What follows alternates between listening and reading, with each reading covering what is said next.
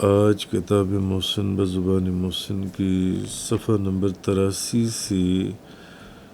49 lecture کا آغاز ہے.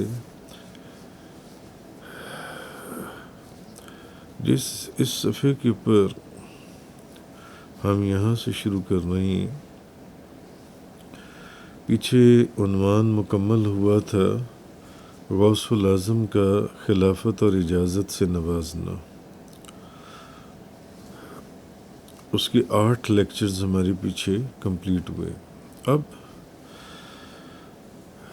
آج کا جو بیان ہے وہ اس موضوع پر ہے کہ غلام کی تعریف،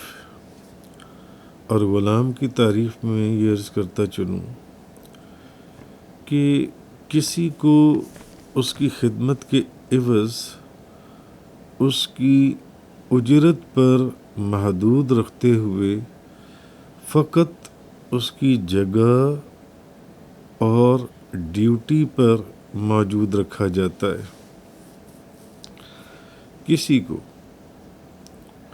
کسی غلام کو اس کی خدمت کے عوض جو بھی وہ خدمت سر انجام دیتا ہے اس کی اجرت پر محدود رکھتے ہوئے فقط اس کی جگہ اور اس کی ڈیوٹی پر موجود رکھا جاتا ہے، اور اس کو اپنی جگہ اور مقام کے اندر رہتے ہوئے اپنے کام میں دانستہ نادانستہ کمی بیشی کا جواب دہ بھی ہونا پڑتا ہے، بلکہ بعض اوقات تو اس کا خمیازہ بھی بھگتنا پڑتا ہے. یعنی یہ ایک شخص ایسا ہے جس کو صرف اس کی ڈیوٹی کے اوپر اس کی خدمت کے عوض جو بھی وہ ڈیوٹی سر انجام دیتا ہے اس کی جگہ اور ڈیوٹی پر موجود رکھا جاتا ہے. ایک تو غلام کی تعریف یہاں جس کانٹیکسٹ میں بیان ہو رہی ہے اس میں ہم عرض کر رہے ہیں. جیسا کہ پچھلے صفحات میں 11ویں شریف کے عنوان میں شیخ نارنول والا واقعہ گزرا تھا اسی کتاب میں. ان بزرگوں کا فقط حالت وجد میں 11ویں شریف کی نیاز کو پاؤں لگا تو ان کی ولایت سلب ہو گئی. تو کہنے کا مقصد یہ کہ کسی کو تو اس کی خدمت کے عوض اس کی اجرت پر محدود رکھتے ہوئے جو وہ ڈیوٹی سر انجام دیتا ہے، جو آپ کام کہتے ہیں،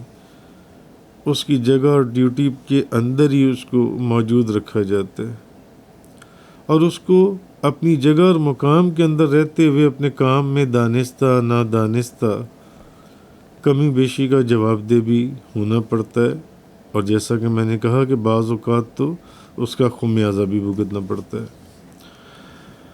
جیسے میں نے شیخ نارنول والی ایک آپ کو مثال دی. جبکہ کسی کو انعام و اکرام سے نواز کر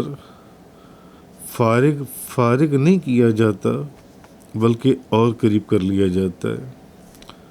بلکہ مہر میں راز بنا لیا جاتا ہے. اور کچھ لوگوں کو تو ایسی قبولیت بخشی جاتی ہے کہ جو چاہو کرو کوئی سوال نہیں.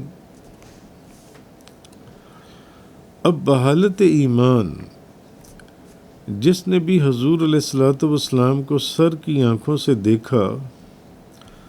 وہ غوث قطب ابدال کلندر سے بھی اوپر صحابی کے درجے پر فائز ہوا.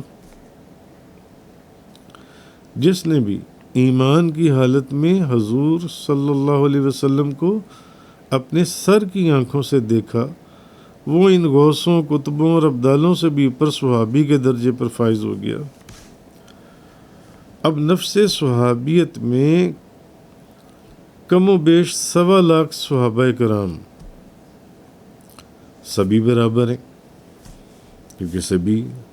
کم و بیش سب صحابہ کرام. مگر اگر غور کیا جائے تو اصحاب بدر تو صرف 313 ہی تھے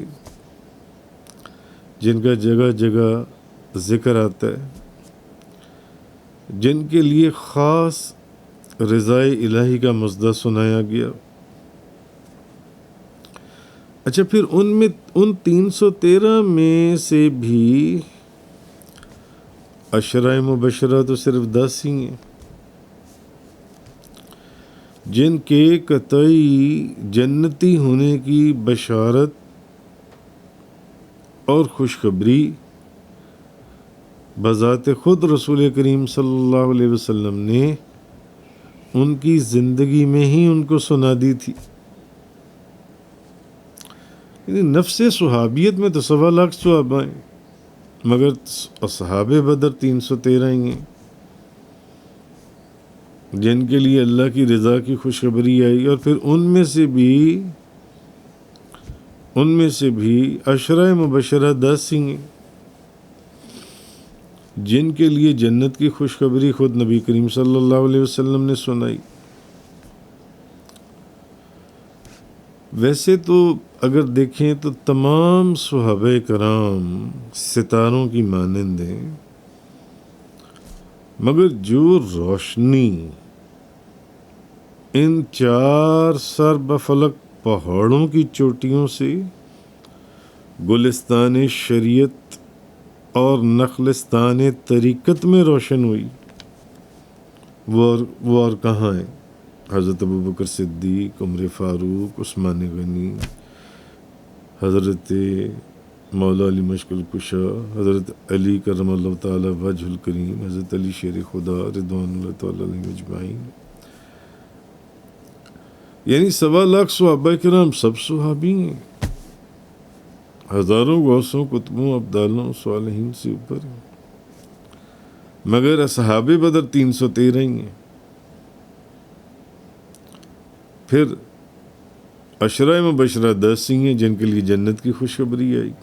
حضور نے خود اپنی زبان مبارک سے سنائی، اور پھر 4 صحابہ یہ جن کا ذکر کیا، اور پھر جو قرب و رفاقت ظاہر و باطن کے اسرار و انوار حضرت ابوبکر صدیق اور مولا علی مشکل کشا ان کو حاصل ہوئے، ان کی حقیقت عالم روحانیت اور علوم معرفت میں ایک عجیب مقام سے آشنا کرتی ہے۔ بہرحال سلسلہ کلام جہاں سے منقطع ہوا تھا، بات وہیں سے شروع کرتے ہیں، غلام کی تعریف، کہ کسی کو اپنی جگہ اور مقام کے اندر رہتے ہوئے اپنے کام میں دانستہ نادانستہ کمی بیشی کا جواب دہ ہونا پڑتا ہے، اور کسی کو ایسی قبولیت بخشی جاتی ہے جو چاہو کرو، کوئی سوال نہیں۔ جیسے کہ حدیث مبارکہ میں ہے کہ حضرت عبد الرحمن ابن خباب جو کہ حضور صلی اللہ علیہ وسلم کے صحابی ہیں، فرماتی ہیں کہ میں اس مجلس میں موجود تھا جب نبی کریم صلی اللہ علیہ وسلم جنگ تبوک کی تیاری کے لیے مسلمانوں کو مالی قربانی اور خدمت پیش کرنے کی ترغیب اور جوش دلا رہے تھے جنگ تبوک کے لیے، اور نبی کریم صلی اللہ علیہ وسلم کے ترغیب دلانے پر ہر مرتبہ حضرت عثمان غنی رضی اللہ تعالیٰ عنہ یہ عرض کرتے ہوئے کھڑے ہوئے، یا رسول اللہ، میں اتنا مال بما ساز و سامان اور اونٹوں کے آپ کی خدمت میں راہ خدا کے لیے پیش کرتا ہوں۔ حضور صلی اللہ علیہ وسلم حضرت عثمان غنی کی خدمت پر اس قدر خوش ہوئے اور راضی ہوئے کہ حضرت خباب فرماتے ہیں، میں نے دیکھا کہ رسول کریم صلی اللہ علیہ وسلم حضور ممبر سے نیچے اترتے ہوئے یہ فرما رہے تھے کہ اس عمل کے بعد عثمان پر کوئی گناہ نہیں، اس عمل کے بعد عثمان پر کوئی گناہ نہیں، یعنی ان کو کوئی نقصان نہیں۔ اب عثمان جو مرضی کریں۔ بہجت الاسرار میں امام ابو الحسن شتنوفی شافعی لکھتے ہیں کہ حضور پیران پیر غوث اعظم دستگیر شیخ عبد القادر جیلانی رضی اللہ تعالیٰ عنہ آپ نے فرمایا کہ مجھے اپنے رب کے جلال اور عزت کی قسم میرا ہاتھ میرے مرید پر ایسے ہے جیسے آسمان زمین پر۔ حضور غوث اعظم فرماتے ہیں میرا ہاتھ میرے مرید پر ایسے ہے جیسے آسمان زمین پر۔ کیا ہوا جو میرا مرید اچھا نہیں؟ کیا ہوا جو میرا مرید اچھا نہیں؟ میں تو اچھا ہوں، اور مجھے اپنے پروردگار کی عزت اور جلال کی قسم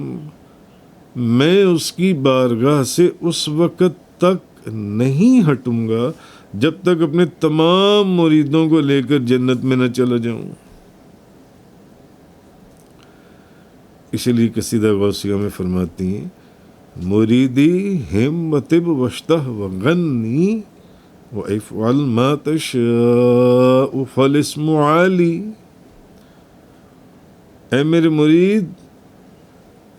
عشق الہی سے سرشار ہو کر خوش رہ، نہ ڈر اور بے باک ہو، خوشی کے گیت گا، جو چاہے کر میرا نام بلند ہے، جو چاہے کر میرا نام بلند ہے۔ اب اپنے مرید کو یہ فرمانا کسی کی پرواہ نہ کر، جو تیرا جی چاہے کر، یہ کلمہ صرف حضور پیران پیر شیخ عبد القادر جیلانی ہی نے نہیں فرمایا، بلکہ آپ سے پہلے پیروں کا پیر، ہادیوں کا ہادی، اللہ رب العزت کا محبوب بعین ہی یہی کلمہ اپنے مریدوں کو کہہ چکا، جیسا کہ بخاری شریف میں حضرت علی کرم اللہ تعالی وجہ الکریم فرماتے ہیں، مولا علی مشکل کشا حضرت شیر خدا حضرت علی کرم اللہ تعالی وجہ الکریم، کہ مجھے حضور علیہ الصلوۃ والسلام نے زبیر بن عوام اور ابو مرثیہ غنوہ کے ساتھ روضہ خاخ کی طرف روانہ کرتے ہوئے فرمایا، وہاں ایک مشرک عورت کے پاس مشرکین کے نام، ایک مشرک عورت اور مشرکین کے نام حاطب بن ابی بلتہ کا خط ہے رضی اللہ تعالیٰ عنہ، اس عورت سے وہ خط لے کر آؤ۔ حاطب نے اس مشرک عورت کو مشرکین کے لیے ایک خط دیے۔ اب بات یہ تھی کہ نبی کریم صلی اللہ علیہ وسلم نے جب مکہ مکرمہ پر حملہ کرنے کی تیاری مکمل کر لی تو حاطب بن ابی بلتہ نے اہل مکہ کو خط لکھ کر حضور کے ارادے سے آگاہ کرنا چاہا تاکہ مکہ کے لوگوں کو پتہ چل جائے کہ حملہ ہونے والا ہے۔ اب حضرت علی کرم اللہ تعالی وجہ الکریم ان لوگوں کے ساتھ بجلی کی سرعت سے اس عورت کے تعاقب میں روانہ ہوئے، اور حضرت علی کرم اللہ تعالی وجہ الکریم فرماتے ہیں کہ روضہ خاخ کے مقام پر جب ہم لوگوں نے، جہاں حضور نے فرمایا تھا وہیں وہ عورت ملی، وہاں سے جا رہی تھی، ہم لوگوں نے اس عورت کو دیکھا تو وہ ایک اونٹ پر سوار تھی۔ ہم نے اس عورت سے پوچھا وہ خط تیرے پاس ہے وہ کہاں ہے؟ اس کہنے لگی میرے پاس تو کوئی خط نہیں ہے۔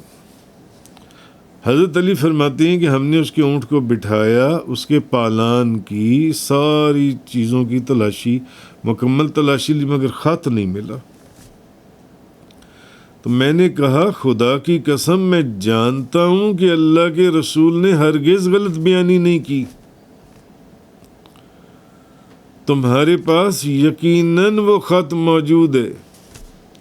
اس لیے بہتر ہے کہ وہ خط تم خود سے ہمارے حوالے کر دو، ورنہ قسم ہے اس ذات کی جس کی قسم کھائی جاتی ہے،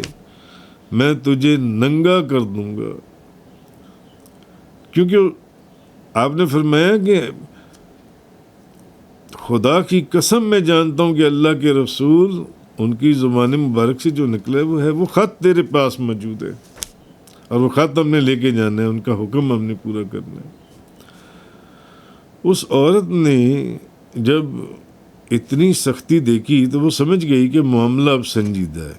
اس نے اپنے تہبند کے اندر سے خط نکالا اور ہمیں دے دیا۔ ہم جب وہ خط لے کر حضور کی خدمت میں پہنچے تو آپ صلی اللہ علیہ وسلم نے حاطب بن ابی بلتہ سے پوچھا، اے حاطب، یہ تو نے کیا کیا؟ تو نے ایسا کیوں کیا؟ یعنی حضور ان سے پوچھ رہے تھے، وہ صحابی رسول تھے، اور تم نے یہ کیا کیا اور تم نے ایسا کیوں کیا؟ حاطب فرمانے لگے، یا رسول اللہ، میں بالکل نہیں بدلا، اور نہ ہی میں کوئی اپوسٹسی کا مرتکب ہوا، میں کوئی مرتد ہو گیا ہوں، ایسا بھی نہیں ہے، میں مرتد بھی نہیں ہوا، بلکہ میں تو اللہ اور اس کے رسول پر ایمان رکھتا ہوں۔ یا رسول اللہ، خط تو میں نے مشرکین مکہ کو صرف اپنا ہمدرد بنانے کے لیے لکھا تھا، کیونکہ مکہ مکرمہ میں میرا کوئی رشتہ دار نہیں ہے جو وہاں پر میرے اہل و عیال کی حفاظت اور نگرانی کر سکے، جبکہ دوسرے صحابہ کرام کی پہلے سے وہاں پر رشتہ دار موجود ہیں جو ان کے اہل و عیال کی نگرانی کرتے ہیں۔ اتنے میں حضرت عمر فاروق رضی اللہ تعالیٰ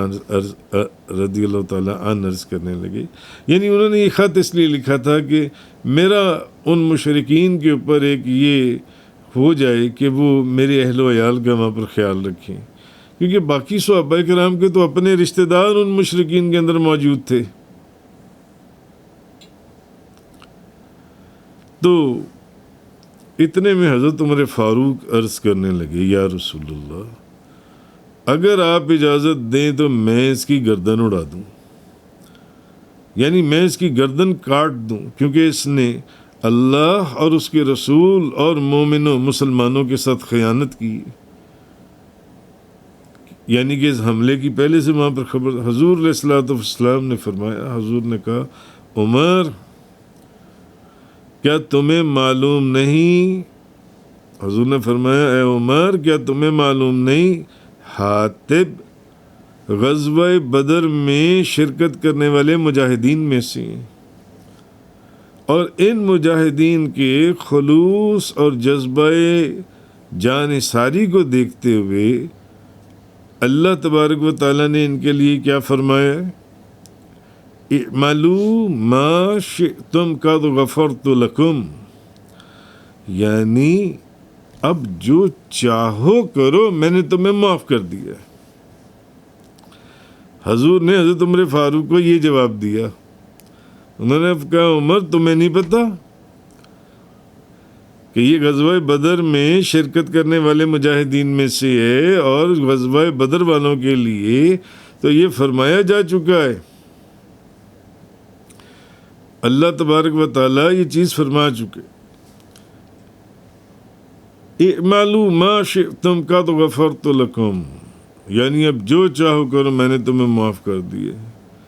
یہ سن کر حضرت عمر فاروق کی آنکھوں سے آنسو بہنے لگے، اللہ و رسولہ عالم، آنسو بہنے لگے حضرت عمر فاروق کی آنکھوں سے، جون سے۔ تو یہ کلمہ جو ہے، کہنے کا مقصد یہ ہے کہ حضور غوث اعظم شیخ عبد القادر جیلانی رضی اللہ تعالیٰ عنہ، آپ نے جو یہ فرمایا، آپ نے فرمایا مجھے اپنے پروردگار کی عزت و جلال کی قسم میں اس کی بارگاہ سے اس وقت تک نہیں ہٹوں گا جب تک اپنے تمام مریدوں کو لے کر جنت میں نہ چلا جاؤں، اور مجھے اپنے رب کے جلال و عزت کی قسم میرا ہاتھ میرے مرید پر ایسے ہے جیسے آسمان زمین کے اوپر ہے۔ مریدی ہمت بوشتہ وغنی وائف والما تشاء فالاسم علی، اے میری مرید عشق الہی سے سرشار ہو کر خوش رہ، نہ ڈر اور بے باک ہو، خوشی کے گیت گا، جو چاہے کر، میرا نام بلند ہے۔ تو یہ کلمہ صرف حضور پیرانی پیر غوث اعظم شیخ عبد القادر جیلانی ہی نے نہیں فرمایا، بلکہ جیسے کہ میں نے پہلے عرض کیا، آپ سے پہلے پیروں کے پیر، ہادیوں کے ہادی، اللہ رب العزت کا محبوب بعین ہی یہی کلمہ اپنے مریدوں کو کہہ چکے ہیں، صحابہ کرام کو۔ جزاک اللہ۔